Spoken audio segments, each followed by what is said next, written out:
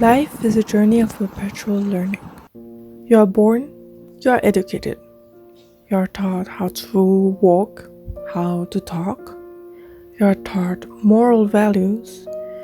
Maybe your parents teach you their habits, their thoughts, opinions, their work, their hobbies. Our education is then broadened as you start school. You learn about many subjects, about the past, the future, arithmetic skills, critical thinking, listening, presenting. But we never really choose what we learn until we leave school. For the first time, we experience an important form of freedom as we choose what path to take, what we want our life to look like. Hi, I'm Aya, a high school student, soon going to graduate.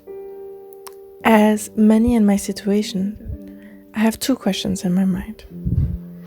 How am I going to graduate? And what am I gonna do next? And honestly, even if it wouldn't be me asking myself these questions, it would be everyone around me. My parents, my friends, and even strangers on the street asking, "So, what are you gonna do in life?" In a world where learning is what creates us, what explains the way we react in certain situations, where experiences build the person we are, it is no wonder everyone is curious about what you plan to be, what profession you wish to take, how you want the world to perceive you. But also, you can imagine how difficult it is to concentrate on your studies, to manage to graduate, to get the grades you want at the same time as you have to kind of choose what your future will look like. Obviously, life is not like a straight line and no one really knows what they will become at 18 or at honestly whatever age. You never know what the future holds. But still, I would say every path is built on experience. So what you do choose does make a big difference and opens some doors and closes some others. Therefore, it is a huge pressure. So I've lived in Berlin and finished my education there. And there actually, I feel like it's quite free in how university is seen, like compared to other paths. Basically, not everyone even finishes high school. You can also stop school earlier. I don't know how to translate it really, but there's university and there's other colleges that teach you the work in a more practical way, or you can work directly, and many people do a gap year. But I would say that most people that do finish school, like I did, go to university at some point. And I decided I would do it the classical way and kind of the safe way. But also it was because generally I really like school. I really like learning. I like the environment of school, and I thought that the environment of university might be even cooler.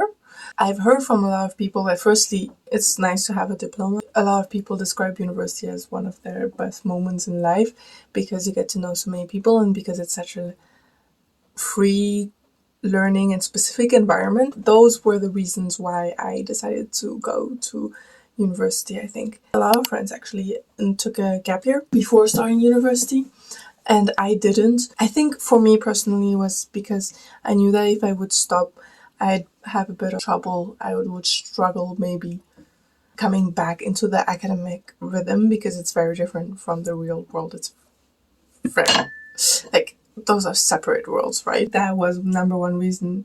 But then still, I really wanted to travel. So I decided I would move out and do my bachelor somewhere else. I don't regret my decision. I'm very happy, but I see how my friends are having a bit of a break and fun, and I just threw myself into an even harder situation right after graduating. So yeah, but anyway, the second decision I had to take was what I wanted to study, and there's a lot of choices. I had quite a few things I liked, and everything I spend enough time doing, I enjoy. So it was really hard to know what I want to study. I am quite the creative person, I think. So I wanted to probably do either a Bachelor of Arts or so basically it was Bachelor of Arts with maybe philosophy, cultural studies, music, arts, maybe somehow literature, maybe some languages. Or it was a childhood dream of mine was to become a vet. So there was that and there was psychology. So those are more in like the medicine type of direction. But psychology is kind of in between, right? There is psychology as a Bachelor of Arts and as a Bachelor of Science. Since you're studying like the human mind, it is in some ways similar to philosophy, cultural studies, sociology, right? You can also do psychology as a Bachelor of Science, psychiatry, or therapy. The approach is more scientific. But until the very end, I was really unsure, but I ended up choosing. I chose psychology. I kept looking at a lot of different things I could do, and then if I do psychology, what do I do later? Because I wasn't sure if I'm studying psychology to do therapy or something else. So there was different debates. If I want to do psychology for therapy, then it might make more sense to do medicine, because if I study medicine, I can become a psychiatrist and I have more rights and more money, kind of. But then I was like, I don't want to study medicine. It would mean that for a few years I'm not doing psychology yet, and I don't know if other parts of medicine are interesting enough for me to be able to put through that. Yeah. On the other hand, if I want to do psychology in more like a cultural sociology kind of direction, then why don't I study sociology or cultural studies directly, right? That was also the beauty of psychology, that it's so broad and so vague, so that I kind of can postpone the choice. So I ended up choosing that. But then where? Where do I study psychology? So I had to first think of actually in what languages I want to study.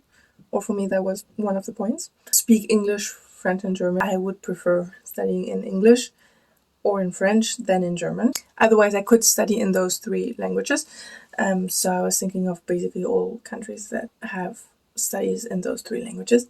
And in Germany, psychology needs really, really high grades. And the application is only in the summer. So I had to think beforehand already what my other choices would be, because the applications are earlier in other countries. So I applied to those countries I want to go to maybe, and then to Germany last, because it's just how the application timelines are, right? I kind of just looked at the rankings and looked at places I kind of like. I did want to probably stay in Europe, and in Europe the number one university according to rankings, but what does that mean? It's the University of Amsterdam. So I looked at that, and actually that university doesn't need grades. They want you to have passed high school, and there's some requirements for language skills and mathematics. They need you to pass an entrance exam. So I thought that was really cool, because then I would know that if I pass, I fit, and it's not because of grades, because grades feel very, I don't know. I don't think they say as much on how you will perform in university, because in every country the grading system is very different, and it's a lot of luck and stuff, but then it's also the case later. But anyway, so I thought that system was quite nice. Honestly, UvA was just the first place I applied to, because the application started in October of the year before you start studying. It's very early. I decided I would try applying to there. And if I don't get accepted, because there's a lot of people I want to get in and not many spots, I wanted to go to maybe Switzerland, because it would be really nice to go to Switzerland and know more from the culture also, and just study in French. And then Germany, of course, I was still trying to get my best grades possible so that I could maybe go. So the first place I applied to was UvA, University van Amsterdam. And I passed the application process. And so I was invited to the selection week, which is going to be my next vlog. So exciting. So we'll see what happens, guys.